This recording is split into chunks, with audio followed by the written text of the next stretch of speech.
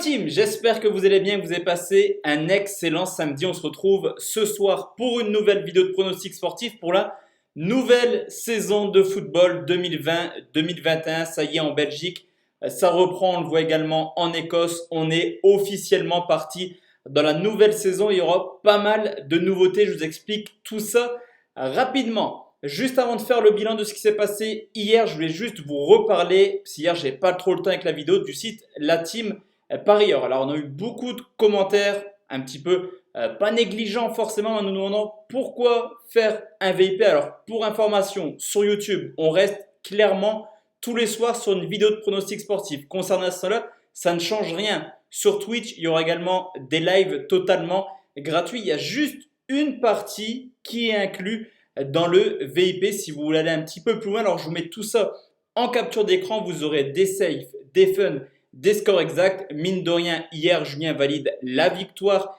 de la Juventus sur le score de 2-1 côté à 7,20. Vous avez également le groupe Discord où tout le monde peut donner des informations. C'est une réelle petite bible de paris sportifs. Les montantes également super importantes. Vous l'avez vu pour ceux qui étaient dans le canal Telegram. 5 montantes, 3 fois on a atteint l'objectif de faire x5. Également des jeux concours où on offrira un petit peu des maillots de football, des places de foot, des free bets, en tout cas pas mal de cadeaux pour vous également, et surtout le canal Telegram. Donc il y a quand même une grosse offre totalement globale avec pas mal de réductions également. Donc vraiment le projet il est plutôt ambitieux, et comme certaines personnes ont également dit dans les commentaires, honnêtement ça prend du temps, c'est du boulot, et ça me semble être assez logique de proposer une formule payante. Cependant, pour rassurer également tout le monde, il y a toujours sur YouTube des pronostics totalement gratuits.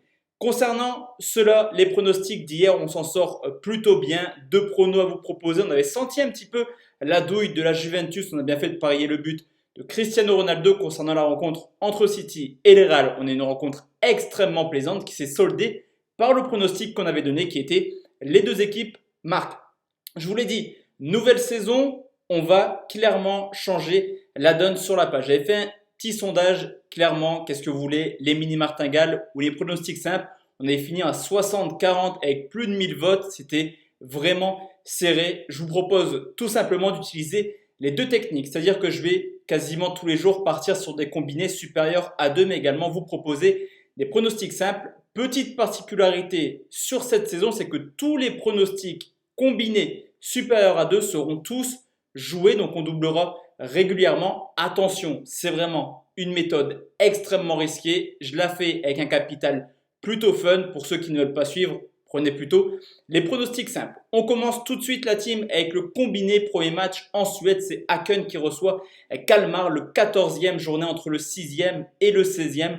Bon dernier, une équipe d'Häcken qui fait une très bonne saison actuellement à domicile. 5 victoires, 2 matchs nuls pour 0 défaite, et tout de même déjà 17 buts marqués, tout simplement la meilleure d'attaque à domicile du championnat suédois. De son côté, Kalmar a forcément quelques lacunes hors de leur base, cependant seulement 2 défaites en 6 matchs pour déjà 4 matchs nuls, une équipe qui encaisse en moyenne 2 buts par match hors de leur base, mais qui également, malgré des mauvais résultats, a déjà marqué 6 buts en 6 matchs à l'extérieur.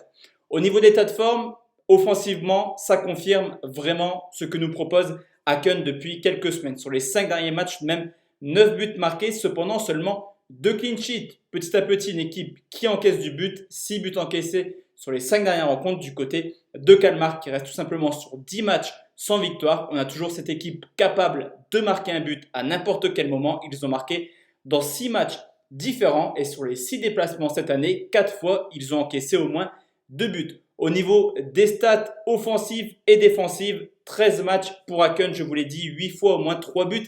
Idem du côté de Kalmar, 13 matchs, 9 fois au moins 3 buts. C'est d'ailleurs l'équipe la plus prolifique du championnat suédois. Sur ce match, je vais tout simplement partir sur un plus de 2,5 buts, très bien coté, 1,66.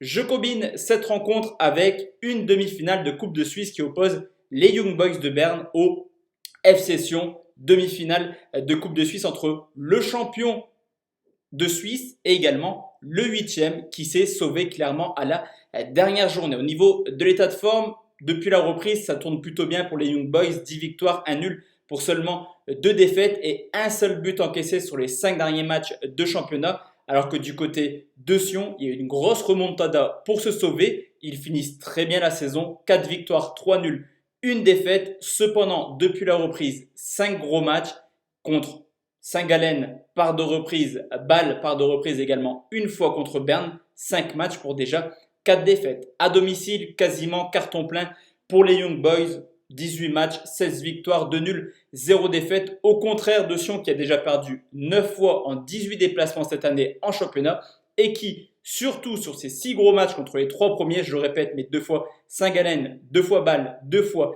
les Young Boys de Berne, c'est tout simplement 6 défaites. De plus, historiquement, les Young Boys restent tout simplement sur une série pharaonique de 15 victoires de suite contre Sion. L'occasion est trop belle pour les Young Boys de rejoindre peut-être le FC Bâle en finale et de faire le doublé coupe championnat. Je vais tout simplement partir sur une victoire des Young Boys de Berne côté 1,29 qui nous fait un premier combiné à 2,14. Place maintenant la team aux 2 pronostics simples direction l'Écosse et Kilmarnock qui reçoit les Celtics de Glasgow. Deuxième journée du championnat écossais où le Celtic va essayer de remporter un 10e titre de suite.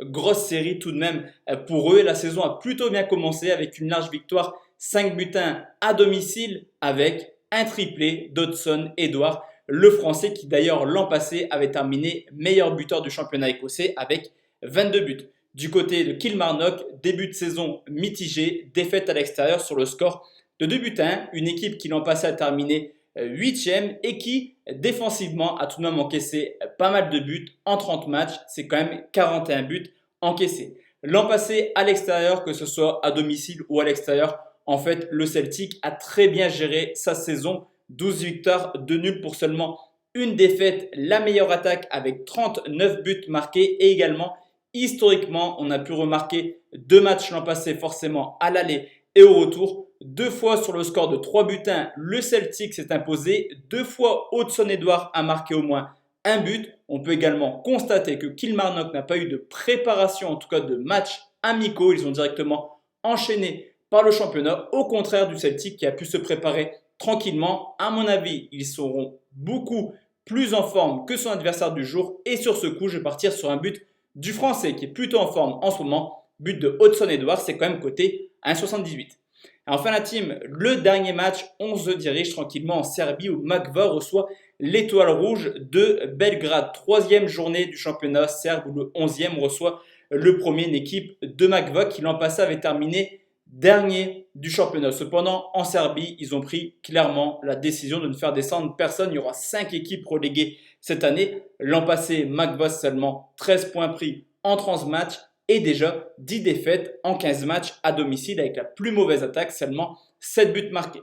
L'Étoile Rouge de Belgrade, c'est un petit peu comme le Celtic. Ils enchaînent les titres année après année, 6 titres de suite et tout semble bien parti pour eux pour aller chercher un 7e titre cette année, tant ils sont largement supérieurs. L'an passé, à l'extérieur, tout de même 11 victoires en 15 matchs. Meilleure attaque, 32 buts marqués. Meilleure défense, seulement 10 buts encaissés. Au niveau de l'état de forme, certes, Magva a déjà remporté un match cette année. Cependant, c'était contre un promu. Ce qui est intéressant, c'est de regarder ce qui s'est passé sur l'année 2020. Et on peut constater qu'ils sont clairement en grosse difficulté. 12 matchs, 2 victoires, 2 nuls pour déjà 8 défaites, au contraire de l'Étoile Rouge de Belgrade qui a plutôt bien géré son début de saison. 4 victoires en matchs amicaux, également 2 victoires d'entrée de jeu en championnat, 2 fois sur le score de 3-0. Historiquement, 3 confrontations en championnat entre les 2 équipes, la donne est simple. 3 victoires pour Belgrade, 7 buts marqués, 0 encaissés, 2 fois 2-0, 1 fois 3-0. Sur ce coup, je vais partir sur une victoire de l'Étoile Rouge de Belgrade, mais par au moins 2 buts d'écart, ce qui nous fait une petite cote à 1,50. Donc voici la team, mes 4 pronostics pour demain. Le combiné qu'on joue en martingale. Je le sais, je vous vois venir, c'est dangereux. Je suis d'accord avec vous, mais j'ai vraiment envie de tester réellement cette technique. 2 pronostics simples également. Tout est en dessous dans la bankroll. Et n'hésitez pas à venir également nous rejoindre sur Instagram, débrief Pronofoot pour échanger avec moi. Excellente soirée la team et à demain pour parler de l'Europa League. Inter Milan, Leverkusen, mais également Manchester United contre Copenhague. À demain la team, ciao ciao.